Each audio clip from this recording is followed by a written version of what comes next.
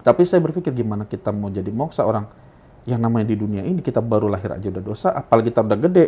Namun menanggapi kebingungan dari Pak Alip ini gitu ya, ya wajar bingung karena apa? Ya seperti tadi kan memang kurang literasi. Ini oknumnya ya, orangnya itu kan sama dengan apa? Secara mohon maaf ya Mas Miko ya, secara tidak langsung dia melecehkan ajaran kepercayaannya yang dia anut sekarang. Saya tanyalah ke orang Kristen ceritanya. Nanya-nanya, nah konsepnya mirip-mirip nih sama Hindu nih. Konsep ketuhanannya nggak jelas nih. Siddhartha Gautama yang dia sebagai manusia, kemudian dia mencari tahu tentang keesaan Tuhan, sampai akhirnya dia meninggal, kemudian tapi kok bisa dijadikan Tuhan gitu loh. Nah, pemirsa Hindu Channel ini yang sudah kita saksikan di part kali ini terlalu dalam kata-kata dan kalimat dari Pak Wayan Alip. Boleh Anda menjelaskan tentang keyakinan Anda saat ini di channel Wakaf Channel ini mungkin lebih baik. Tapi kalau Anda sudah menyinggung keyakinan Kristen, Buddha, kemudian Hindu, kayaknya Anda tidak menjadi keyakinan saat ini terlihat bijak.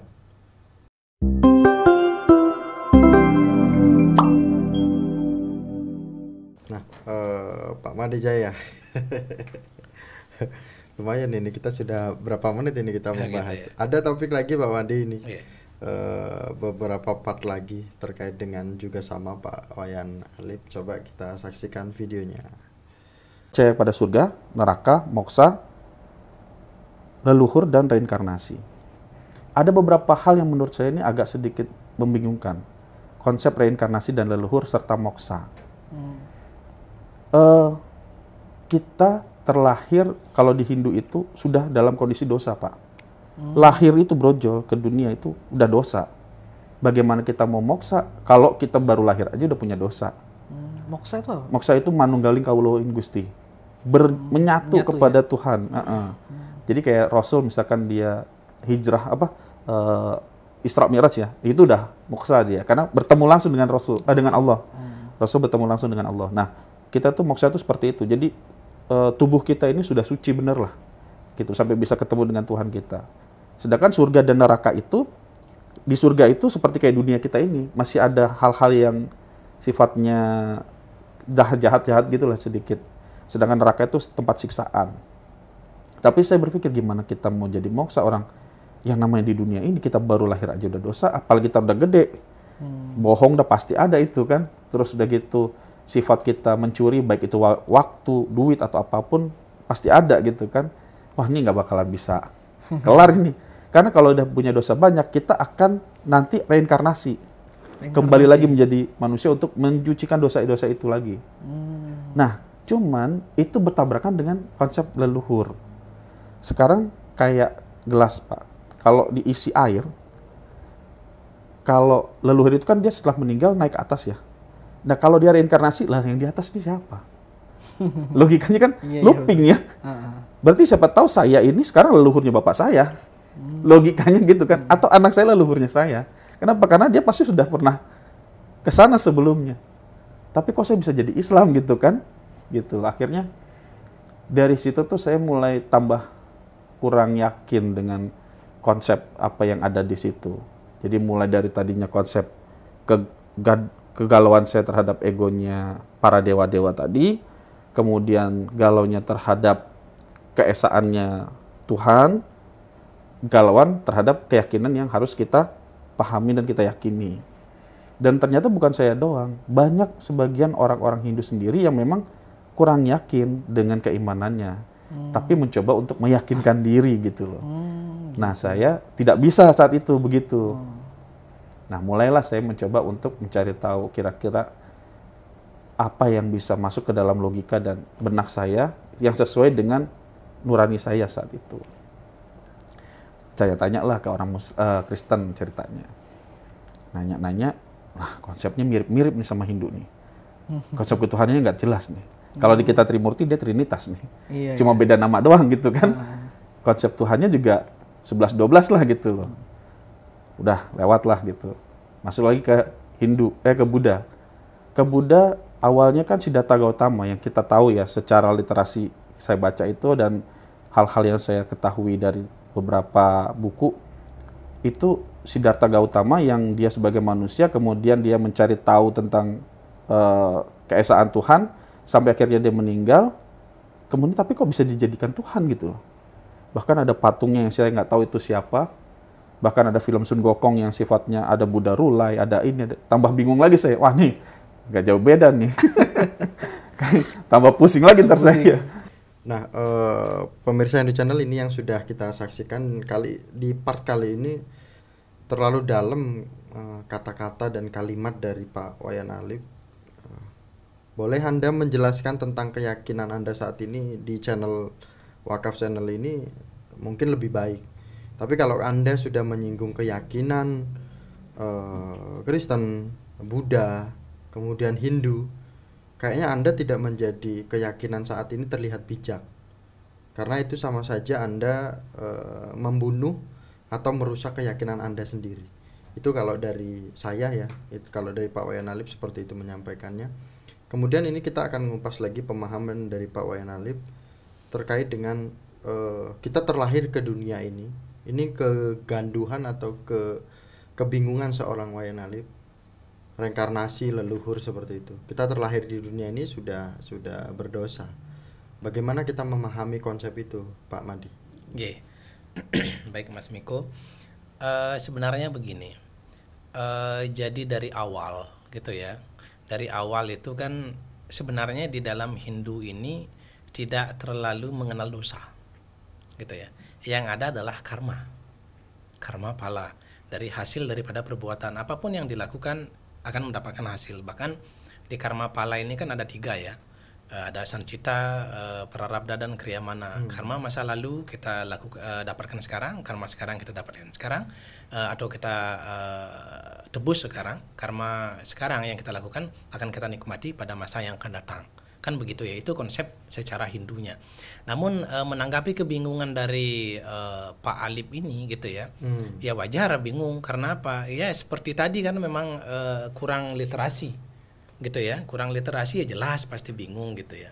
Nah terus kemudian di dalam Hindu ini terkait dengan reinkarnasi ya Mas Miko ya. Nah jadi tadi sempat kita lihat bersama-sama menyinggung bagaimana Buddha, menyinggung bahkan kalau saya pernah sampai ketemu dengan Biksu Buddha gitu ya. Ketika saya waktu di Bali, bukan saya sok-sokan tidak gitu ya, tapi memang itu kebutuhan untuk penelitian pada saat itu. Jadi saya ketemu dengan Biksu Buddha bagaimana konsep ketuhanan beliau gitu ya. Itu juga saya perlu luruskan nanti ke Pak Alim ini bahwa Buddha itu tidak pernah dianggap sebagai Tuhan gitu. Dan bahkan kalau ekstrim lagi gitu ya, Buddha ini mengatakan bahwa jangan sembah diriku. Aku ingin engkau mengalami seperti apa yang kurasakan. Kalau engkau hanya menyembah diriku, engkau tidak akan dapatkan apa-apa. Itu kata Buddha loh itu gitu. Nah saya coba cocokkan dengan kitab Buddhanya, terus kemudian saya coba cocokkan juga dengan literasi kewiharanya gitu ya. Ada beberapa wihara yang saya temui dan beberapa bante dan beberapa biksu juga saya minta ilmunya gitu ya terkait dengan itu gitu. Itu saya dapatkan itu. Nah itu konsepnya. Nah terus kemudian saya secara ini saya sangat menghormati karena saya jujur saya mengidolakan tokoh ini Buddha ya, Isa atau Yesus ya, Nabi Muhammad gitu ya. Saya idolakan itu jujur saja gitu ya gitu. Karena kan kiprah beliau, saya mengikuti cerita-cerita beliau, bagaimana kasihnya beliau ke semua itu gitu ya. Nah terus kemudian terkait dengan reinkarnasi ini gitu ya. Menurut ajaran Hindu, ini reinkarnasi ini kita memang mutlak ada gitu. Selama kita misalnya contoh seperti yang tadi disampaikan gitu ya. Kalau saya misalnya sudah membawa karma masa lalu saya, terus saya mesti harus semakin gede saya kan bisa aja saya berbohong dan lain sebagainya kan seperti yang dibilang tadi kan. Berarti saya nambah dosa lagi.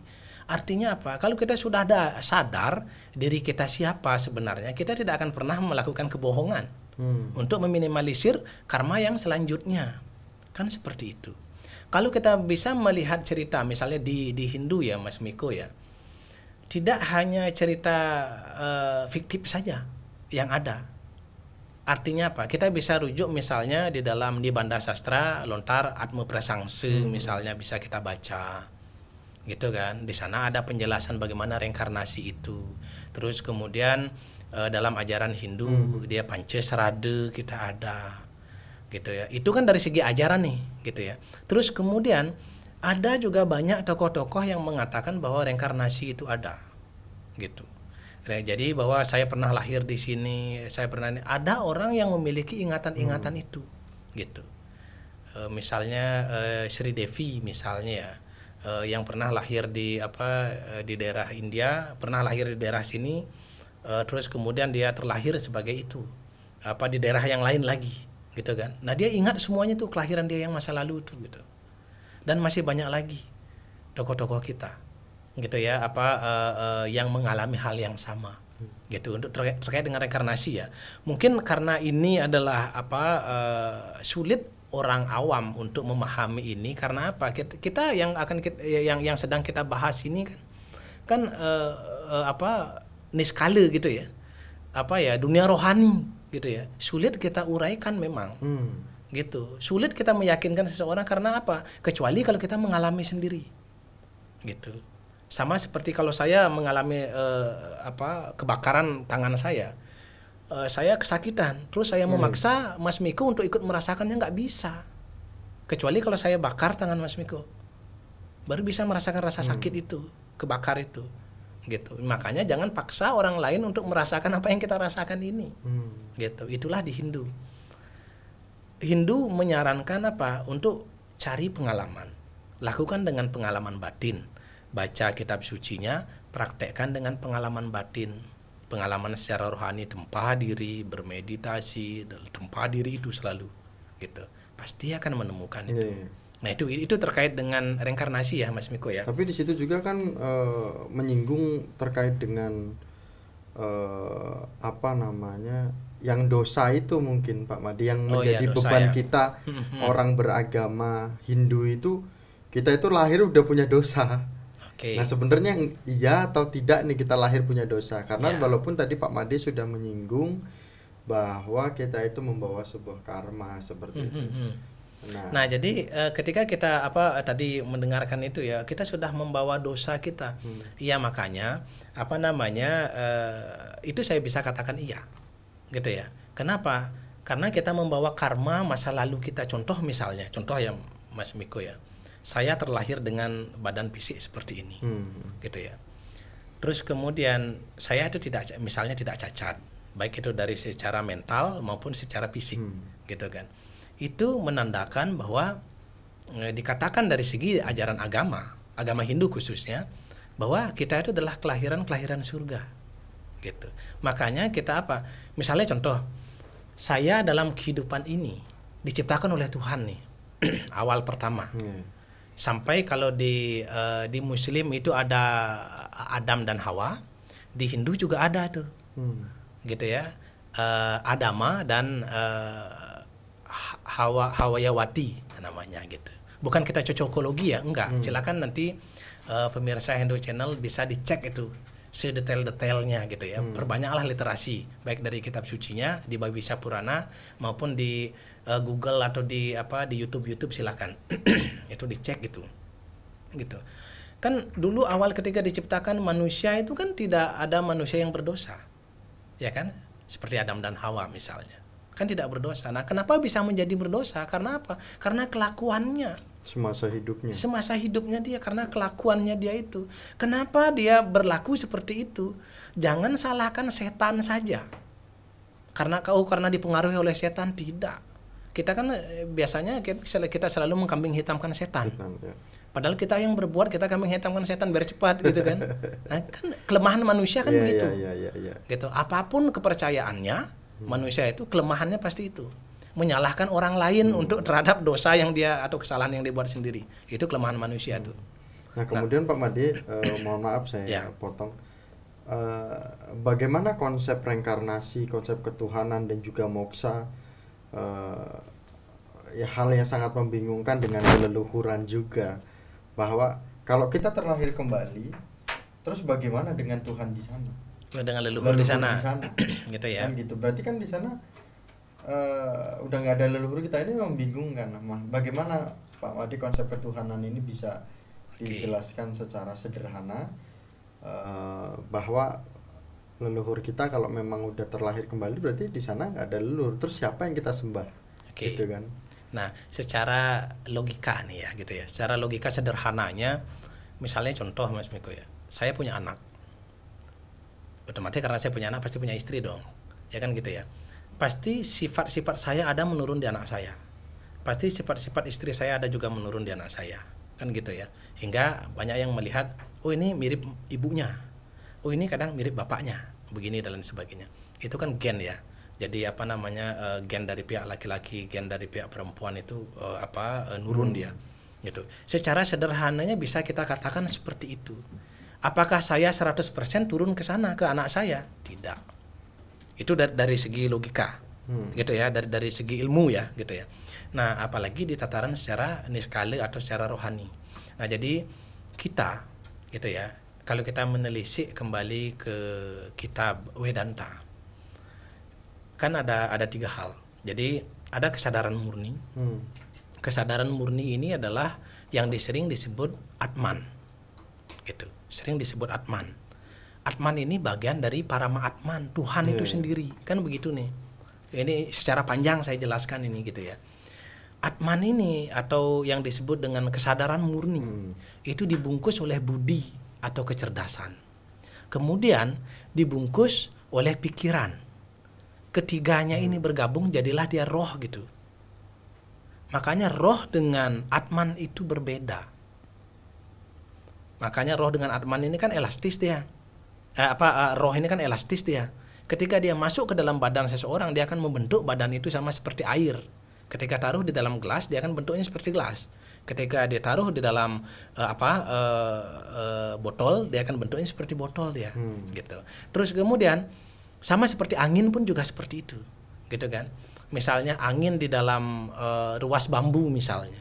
Terus kemudian angin juga ada di dalam ban motor atau ban mobil gitu ya.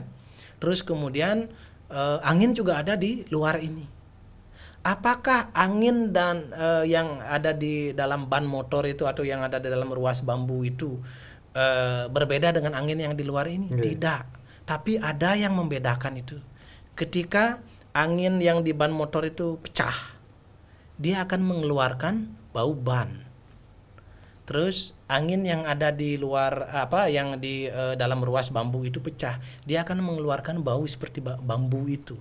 Kan begitu. Padahal anginnya tidak sama, tapi mengeluarkan bau yang berbeda-beda. Sama seperti roh itu. Gitu. Nah, ketika seseorang mati, yang tidak mati itu adalah pikiran. Makanya dikatakan hati-hatilah membawa pikiran gitu. Nah, roh inilah yang yang mengalami surga dan neraka. Kalau dia berbuat yang tidak baik, masuk neraka, dia roh ini masuk neraka. Ketiganya ini ikut gitu.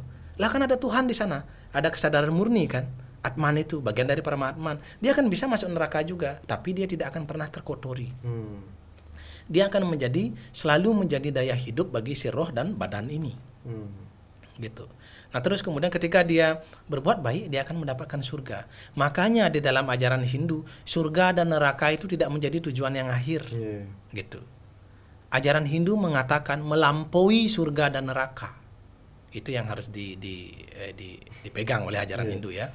Jadi melampaui surga dan neraka. Ketika kita berbuat yang baik nih dalam kehidupan ini, masuk surga kita ketika kita mati.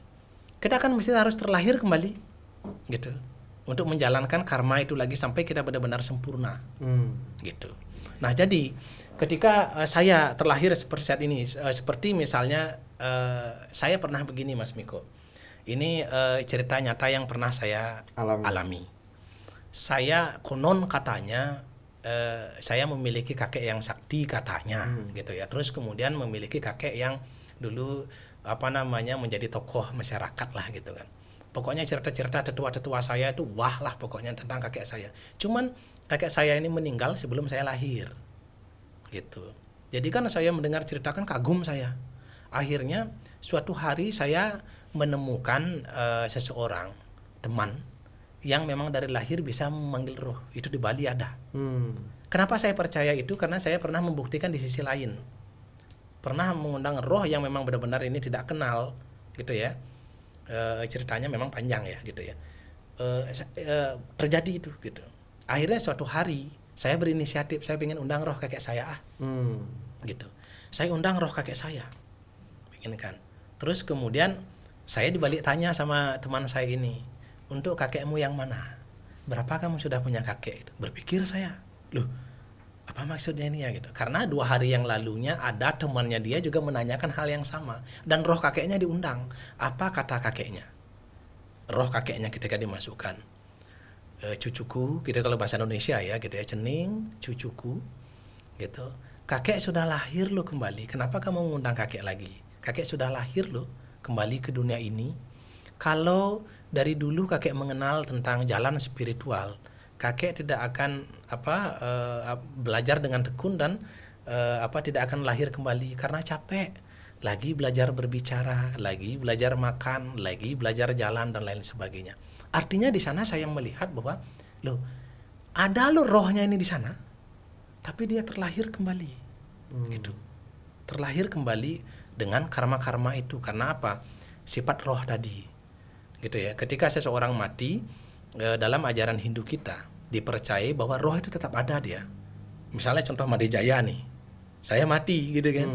Ketika saya ditempatkan di alam leluhur gitu, saya masih ada di alam leluhur itu. Tetapi menjalankan karma saya dengan roh saya itu turun kembali, gitu.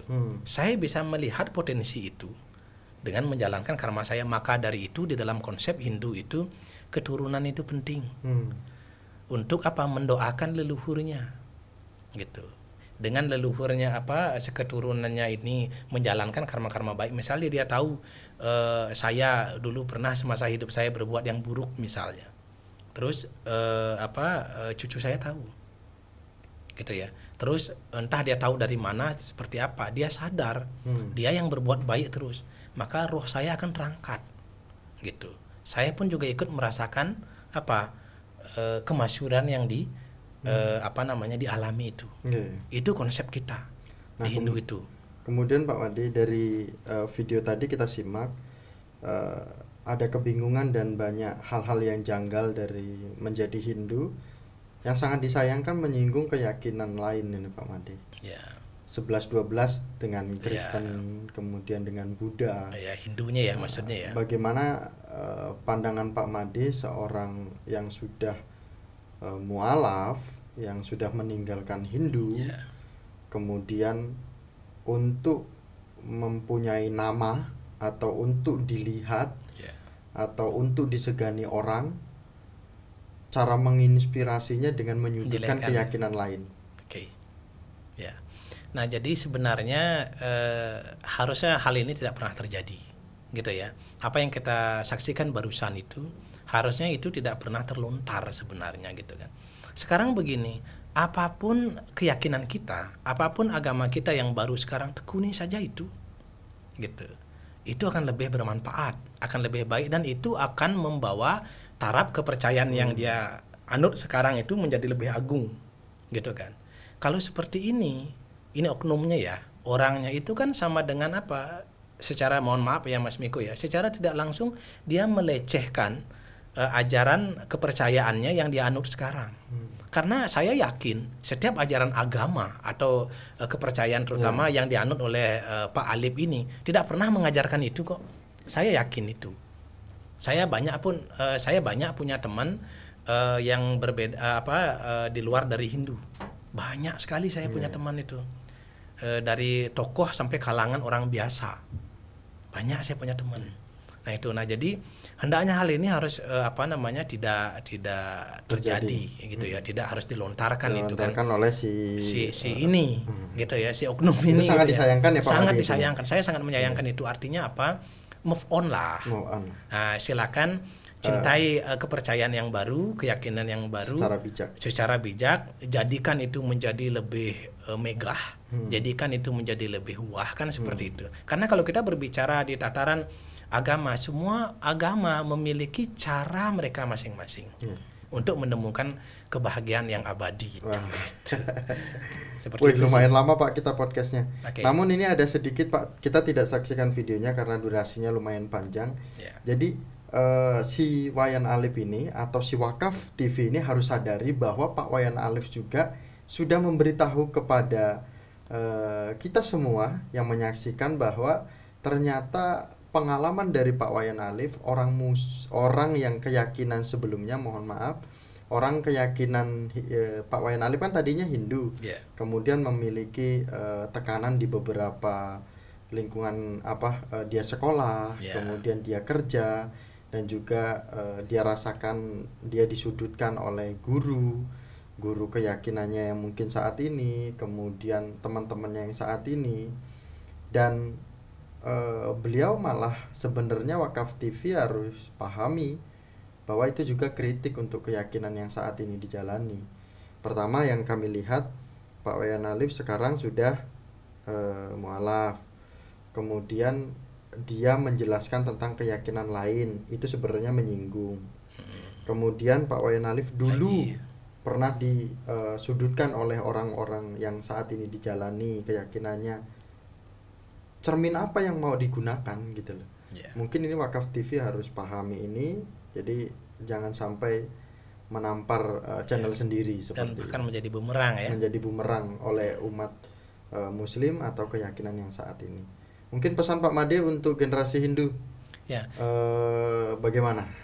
Pahami, pelateni, pelajari. Itu dia, itu sudah pasti ya. Artinya apa untuk generasi muda Hindu, gitu ya. Ketika kita lahir sebagai seorang Hindu, itu adalah anugerah sebenarnya bagi diri kita. Tinggal kita apapun itu ya, gitu ya. Tinggal kita pelajari dan pahami. Gitu ya. Ketika kita tidak tahu, coba cari tahu, gitu. Nah, jadi jangan pernah berhenti untuk berliterasi yang banyak, belajar apapun itu bentuknya, buka diri untuk kita belajar terhadap apapun. Seperti saya pernah mencoba untuk melakukan itu seperti yang saya katakan tadi, saya tidak pernah berhenti untuk diskusi dengan teman-teman berbeda agama, gitu ya. Bukan berarti untuk memperbandingkan, tidak, gitu ya, tapi untuk apa? Mempertebal pengetahuan kita. Nah, jadi yang harus kita lakukan adalah perbanyak literasi dan belajar selalu. Semua Pak Ade. Sami-sami Mas Miko. Pemirsa Hindu Channel, jangan lupa untuk subscribe Hindu Channel sekarang juga. Dan pembahasan kita kali ini itu keluar dari seorang penganut keyakinan sebelumnya Hindu dan saat ini sudah menganut keyakinan lain. Banyak pesan yang disampaikan oleh Pak Made bahwa ketika memang kita ganduh atau pengetahuan kita tentang Hindu itu masih kurang, silahkan kalian untuk menemukan atau menghubungi orang-orang di sekitar kita, tokoh-tokoh Hindu, para pendharma wucana, kemudian guru-guru agama, agar apa yang membingungkan itu bisa terjawab.